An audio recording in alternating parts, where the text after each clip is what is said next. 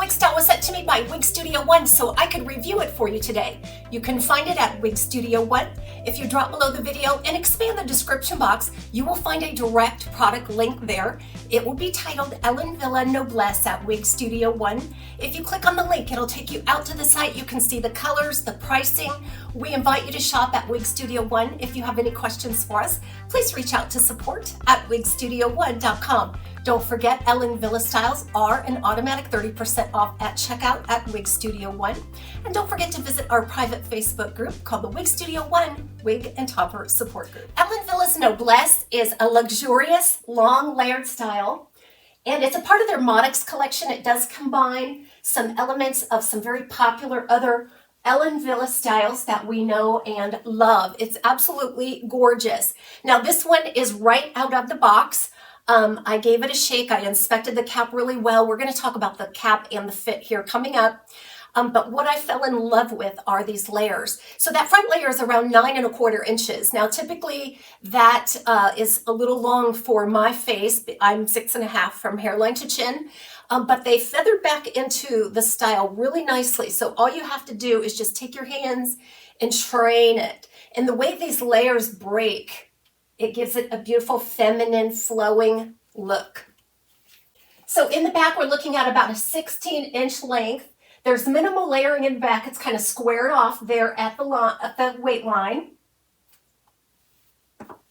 And that just really sets the stage for all of this beautiful layering around the face, which I think, like I said, absolutely makes this style. It weighs just over 4 ounces. It is not a heat-friendly style. This is made from the regular synthetic by Wille.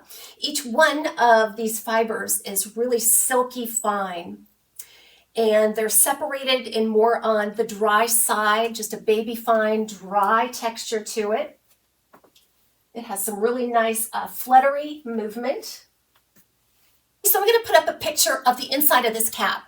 We're going to go through this because there's a lot you want to know about it. This is a partially hand-tied cap. So the first thing you're going to see is that double monofilament top. So a single layer monofilament, and then with a little additional tool-looking material over that monofilament. You can definitely get the illusion of scalp no matter how you want it parted. There's no permatease at all throughout this cap either. So you're getting a very low profile all the way around. And that just lends to the flowing movement and layering here on the style. The next thing you're going to see though is, and this is sort of the elephant in the room, and that's that what they call mini lace front. So that mini lace front is actually just kind of stuck onto the end of that cap right there at the front hairline. It seems like an afterthought. It's definitely in addition to it. I do not care for that for 2 reasons. Number one, it kind of limits your ability to part this style and take advantage of that lace. You're more or less going to have to part it right down the middle to take advantage of that with just a little bit of room to switch around that front piece and still take advantage of that lace. The other thing is, when the lace is not a part of the structure of the cap, it doesn't lay flat. So if you're looking at a temple to temple lace front, it's a part of the structure of the cap. When you apply it, there's sufficient tension along that lace to keep it laying flat to the head. However, in this case, I find that lace lifts up very easily right there, just because there's not that tension on it. It's more or less just an add-on to that front. So although I really like that they added a little bit of lace, I would have rather seen a temple to temple lace front. So you're going to see also some hand-tied panels, some beautiful ear tabs and elastic and Velcro adjusters here. Now what you want to know about the sizing is this. Wille's description states that this is more or less for petite average. I can tell you that I had to cinch this in as far as it could go just to get a secure fit on my head. I feel like this is average, right? And I feel like if you are petite average, you could probably get a decent adjustment. I would have no way of measuring for average, large, or above, but I feel like that stretch would work both ways. I think we would probably be able to get up to average large on this. It's absolutely gorgeous. It has an ultra natural look to it. Let's talk about this color, cream blonde shaded. Now this cream blonde shaded is a combination of a very light gold blonde and a light natural blonde. And then all of that on a light brown root.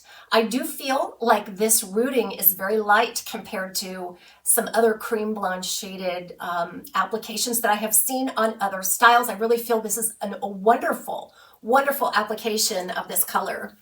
So I'll try to get below the lighting here so that we don't have shadows and contrast. You'll be able to see that it is truly a light brown root.